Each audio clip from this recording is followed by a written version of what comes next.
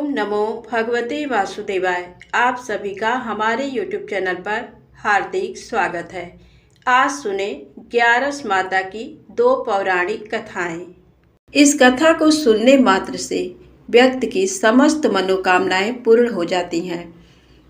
एक बार एक राज्य में एक राजा रहा करता था। राजा बहुत ही बुद्धिमान और बलशाली था।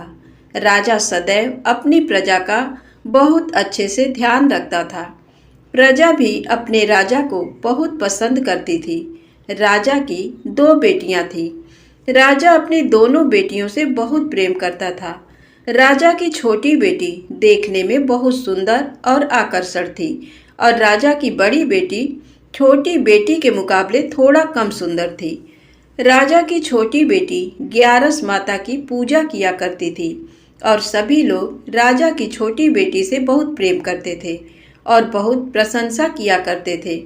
राजा भी अपनी छोटी बेटी को बड़ी बेटी से अधिक प्रेम करता था, जिस कारण राजा की बड़ी बेटी को अपनी छोटी बहन से बहुत नफरत होने लगी थी। राजा की दोनों बेटियां जब बड़ी हो गईं, तब एक पड़ोस राज्य में रहने वाला राजकुमार राजा की बड़ी बेटी के लिए रिश्ता लेकर आया। लेकिन जैसे ही उस राजकुमार की नज़र राजा की छोटी बेटी पर पड़ी, तो वह राजकुमार राजा की छोटी बेटी पर आकर्षण हो गया और उससे पहली नज़र में प्रेम कर बैठा। उस राजकुमार ने राजा की बड़ी बेटी के साथ विवाह करने से मना कर दिया और उसने राजा से कहा कि मैं आपकी छोटी बेटी से विवाह करना चाहता हूँ।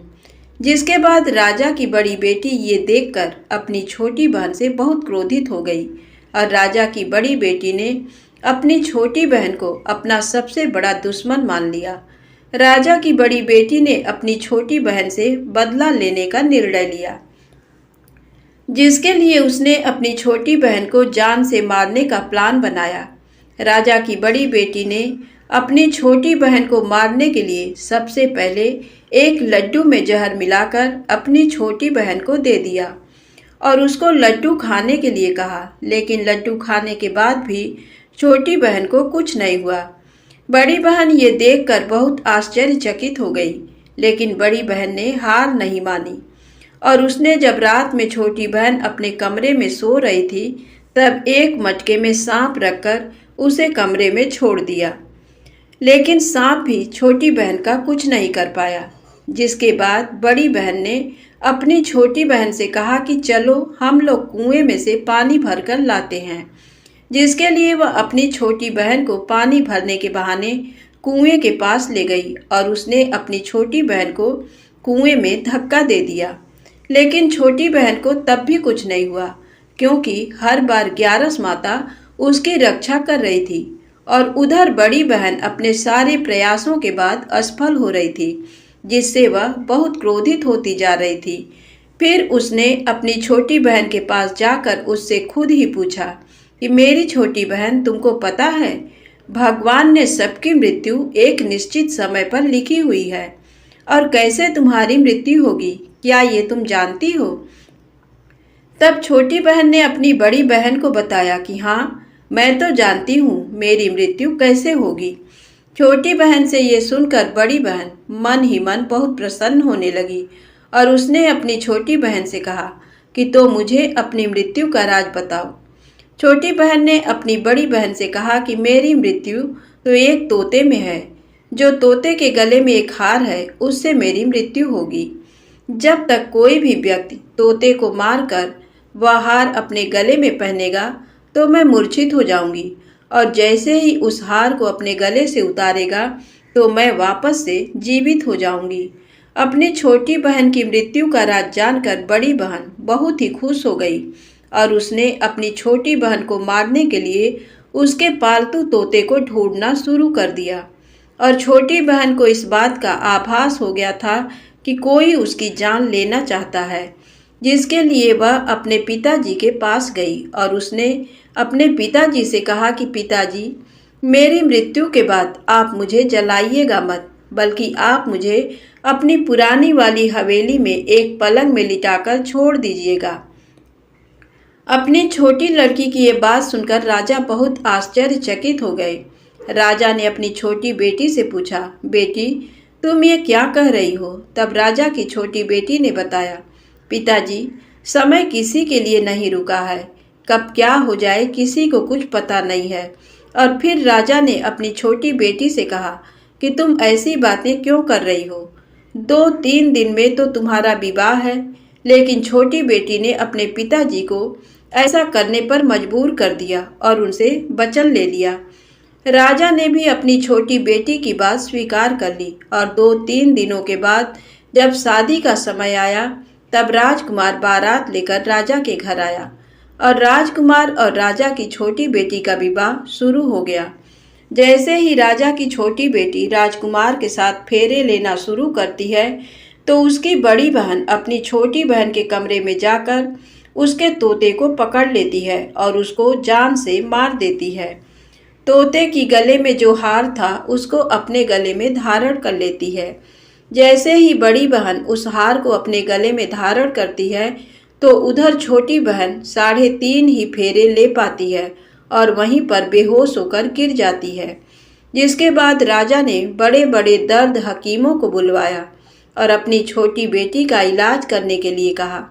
राजा की बात सुनकर वैद्य ने छोटी बेटी को जब चेक किया तो राजा को बताया कि आपकी छोटी बेटी ना तो जीवित है और ना ही मरी हुई है। ये मैं ऐसा पहली बार देख रहा हूँ।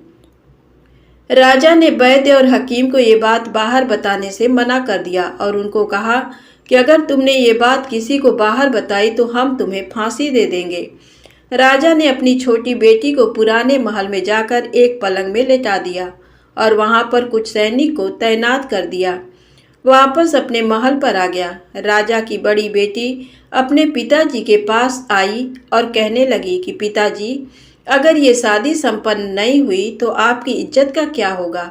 आप कहें तो मैं आपकी इज्जत बचाने के लिए राजकुमार से शादी करने के लिए तैयार हूँ।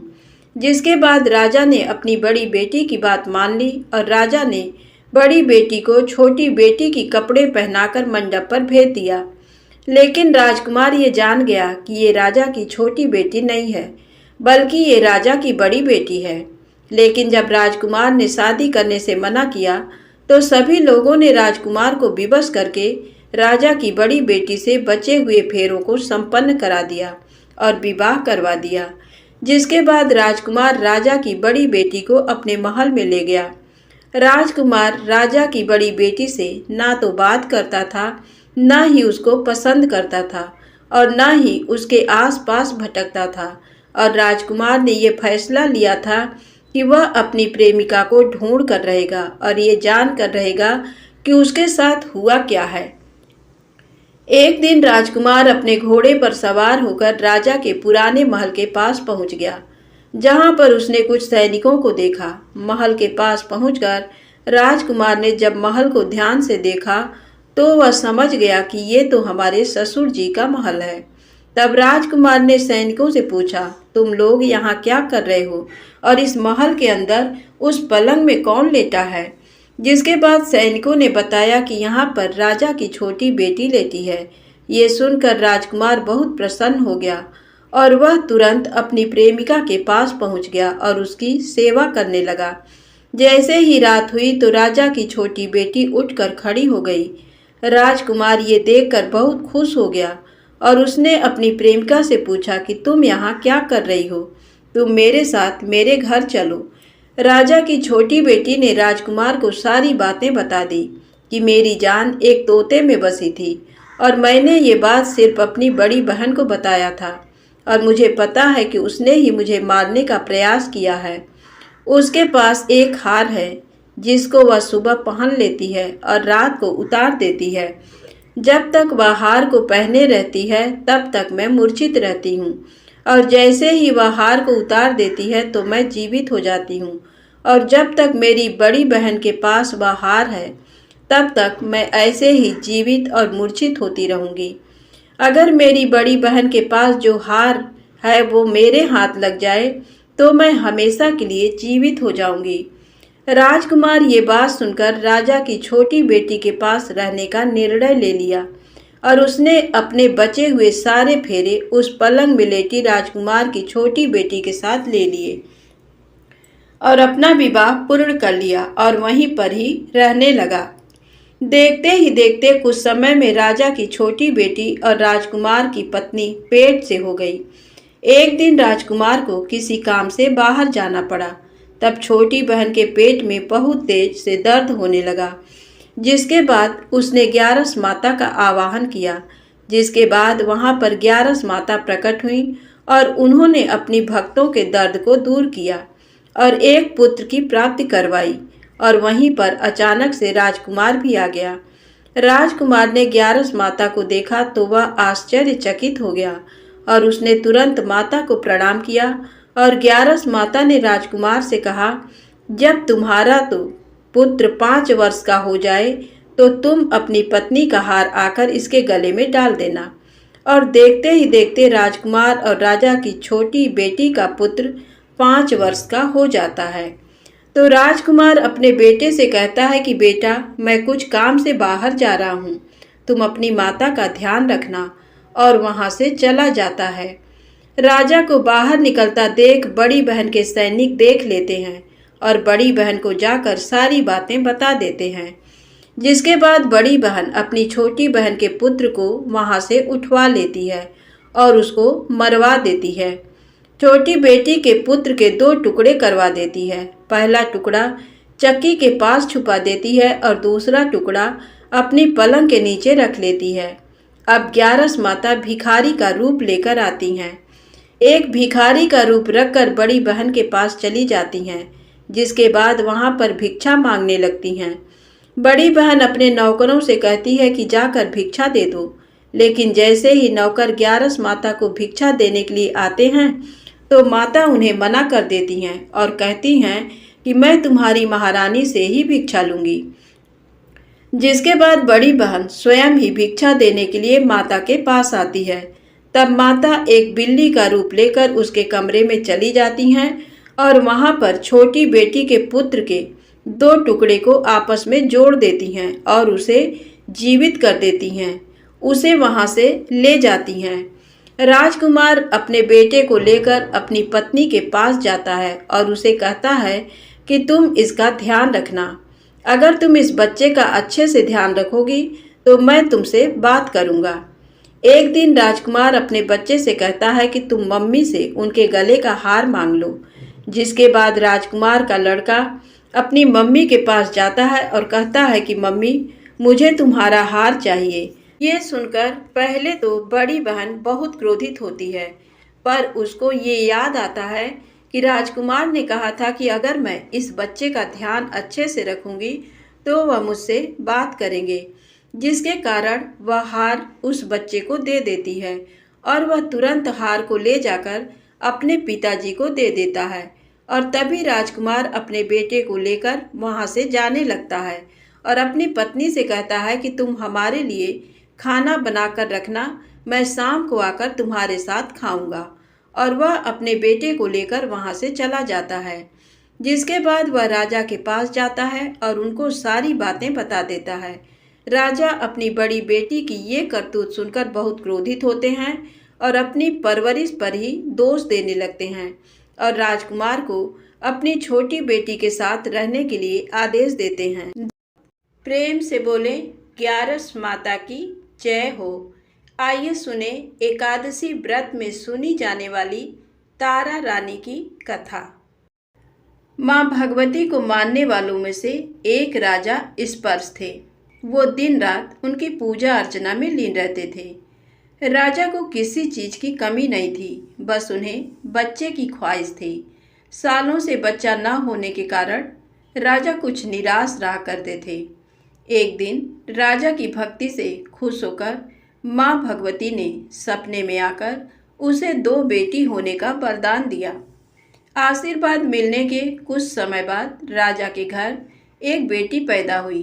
बेटी पैदा होने की खुशी में राजा ने सबको दावत दी और बेटी की कुंडली बनवाने के लिए पंडितों को बुलवाया।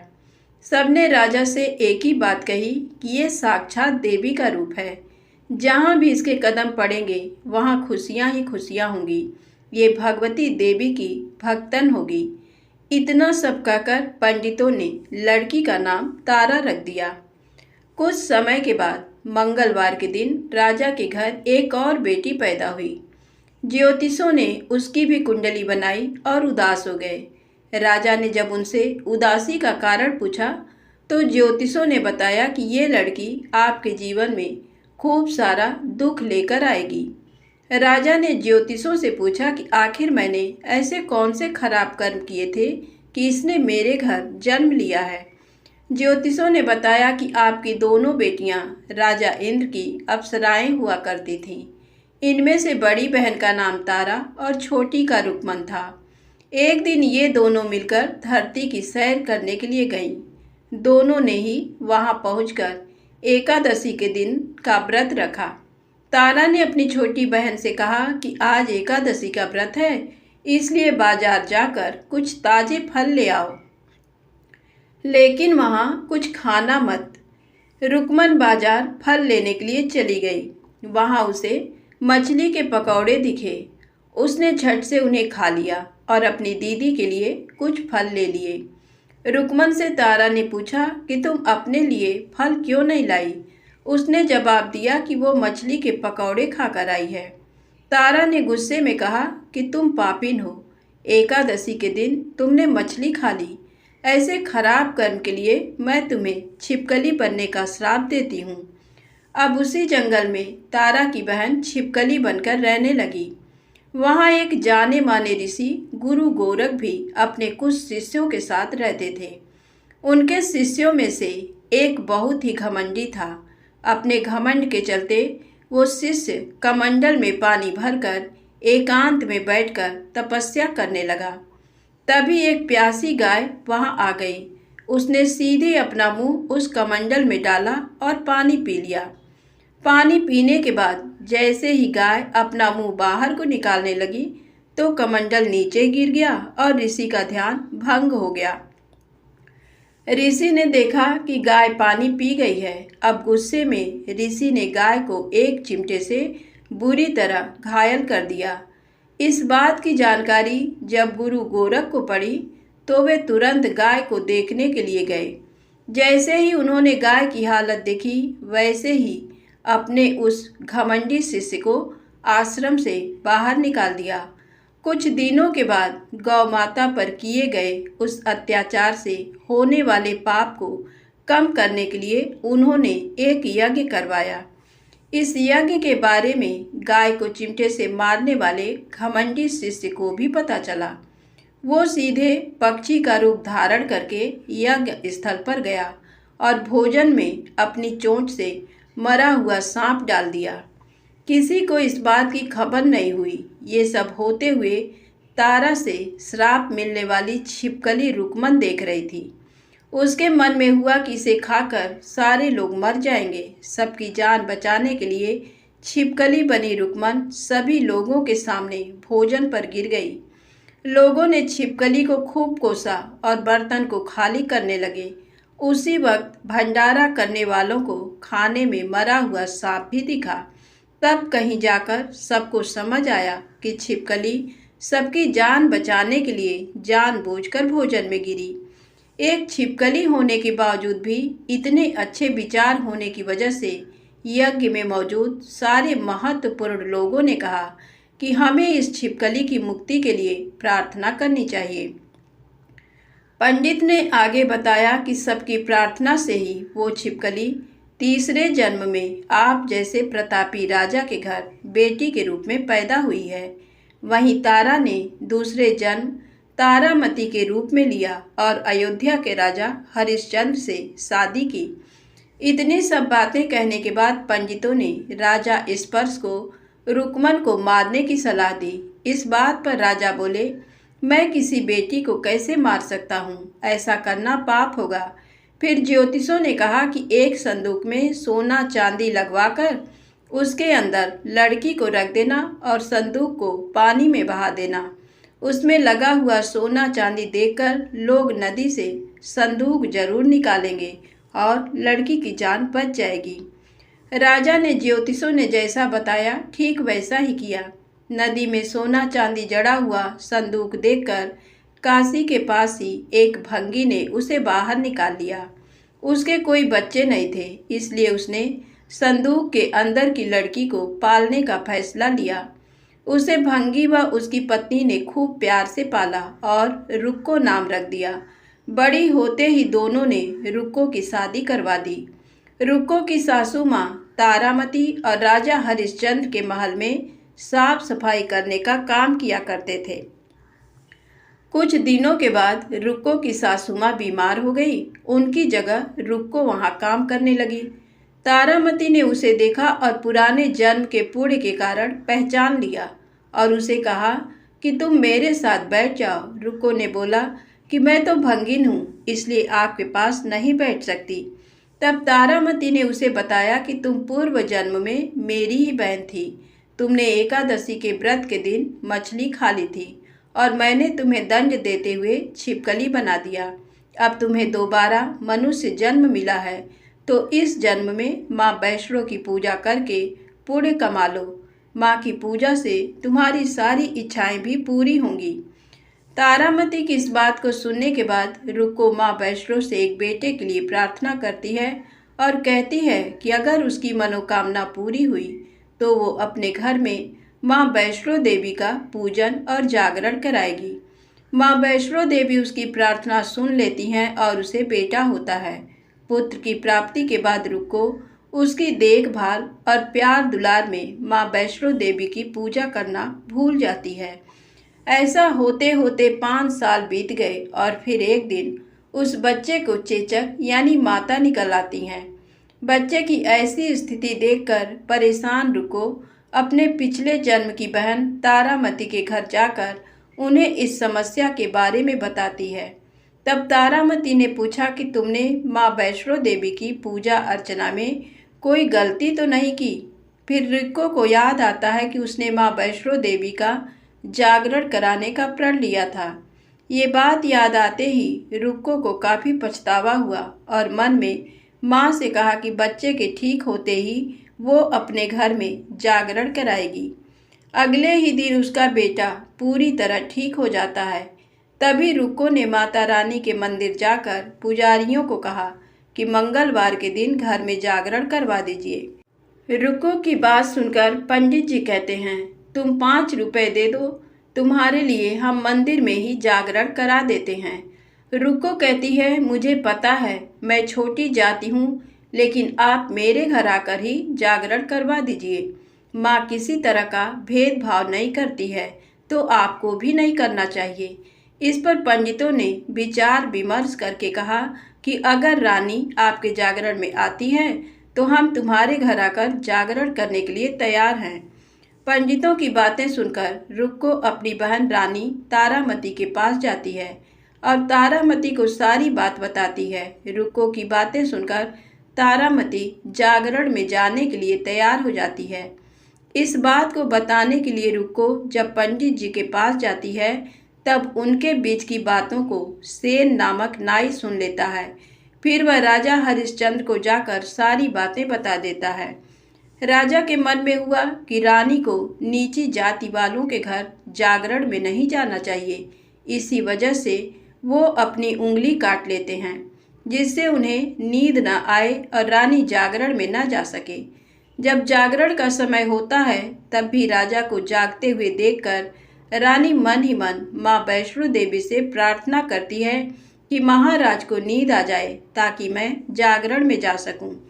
रानी की प्रार्थना के कुछ ही देर बाद राजा को नींद आ जाती है। फिर रानी तारामती रोशनदान में रस्सी बांधकर महल से नीचे आकर रुक्को के घर चली जाती है।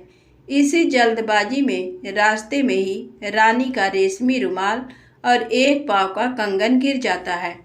इधर कुछ वक्त बाद राजा हरिश्चंद्र की नींद टूट जाती है। नींद खुलने पर रानी को अपने पास न देखकर राजा उसकी तलाश में निकल जाते हैं। रानी को ढूंढते ढूंढते उन्हें रानी का रुमाल और कंगन मिलता है। रानी की चीज़ों को अपने साथ लेकर राजा जागरण स्थल पहुंचते हैं और एक जगह चुपचाप बैठकर जागरण सुनने लगते हैं। माँ वैष्णो देवी के जयकारे के साथ जागरण खत्म होता है और सभी को प्रसाद दिया जाता है। तब रानी अपने हिस्से के प्रसाद को झोली में डाल लेती है रानी के ऐसा करने पर लोग उनसे पूछते हैं कि वो प्रसाद क्यों नहीं खा रही हैं। अगर आप प्रसाद का सेवन नहीं करती हैं तो जागरण में आए लोग भी प्रसाद नहीं खाएंगे। तब रानी बोलती है कि वह प्रसाद राजा के लिए था, अब आप मुझे प्रसाद दीजिए। फिर अपने लिए प्रसाद लेकर रानी सबके सामने उसे खा लेती है। रानी के प्रसाद खाते ही जागरण में मौजूद सभी भक्तों ने भी प्रसाद खाया। इसके बाद रानी महल के लिए निकल जाती है।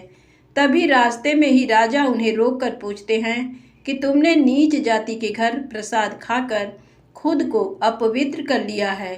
तुमने मेरे लिए भी प्रसाद रखा है, अब तुम उससे मुझे भी अपवित्र करना चाहती हो। अब मैं तुम्हें अपने महल नहीं लेकर जा सकता। ये बोलते हुए जब राजा रानी की झोली को देखता है तब उन्हें प्रसाद की जगह गुलाब, चंपा जैसे अनेक फूल और कच्चा चावल व सुपारियां नजर दिखती हैं। इस चमत्कार को देखकर राजा हैरान हो जाते हैं। फिर राजा चुपचाप रानी को अपने साथ लेकर महल पहुंचे हैं। वहां रानी बिना माचिस के ही माता रानी के सामने दीप जलाकर राजा हरिश्चंद्र को और हैरान कर देती हैं। फिर रानी बोलती है कि माता के दर्शन करने के लिए बहुत बड़ा त्याग करना पड़ता है। इसके लिए आपको अपने बेटे रोहिताश्व की बलि देनी होगी, तभी माँ दुर्गा आपको साक्षात दर्शन देंगी। यह सुनकर राजा के मन में माँ के दर्शन की इच्छा होने लगी, जिसके लिए राजा अपने पुत्र की बलि दे देते हैं। बलि देने के बाद माँ दुर्गा शेर पर सवार होकर प्रकट हो जाती हैं। उन्हें देखकर राजा हरिश्चंद्र काफी खुश हो गए और माँ दुर्गा ने तुरंत राजा के बेटे को दोबारा जिंदा कर दिया। इस चमत्कार को देखकर राजा हरिश्चंद्र खुश हो गए। तभी राजा ने माँ की पूरी विधि से पूजा करके उनसे गलतियों की माफी मांगी। माँ दुर्गा ने भी राजा को खुश रहने का आशीर्वाद दिया और अंतर्ध्यान हो गई। तब राजा ने तारा रानी से कहा कि मैं बहुत खुश हूँ कि मुझे पत्नी के रूप में आप मिली हैं। फिर राजा हरिश्चंद्र, तारा रानी और रुक्मन तीनों अपनी मनुष्य योनि से छुटकारा पाकर देवलोक में चले जाते हैं। तारा रानी व्रत कथा जीवन में श्रेष्ठ कर्म करने की सीख देती है। बुरे कर्मों के फल इंसान को भोगने ही पड़ते हैं। धन्यवाद। प्रेम से बोलें माता रानी की जय, विष्णु भगवान की जय हो। दोस्तों, वीडियो पसंद आए तो कृपया लाइक अवश्य करें, चैनल को सब्सक्राइब करें, ज़्यादा से ज़्यादा शेयर करें। जय माता दी, जय भोले।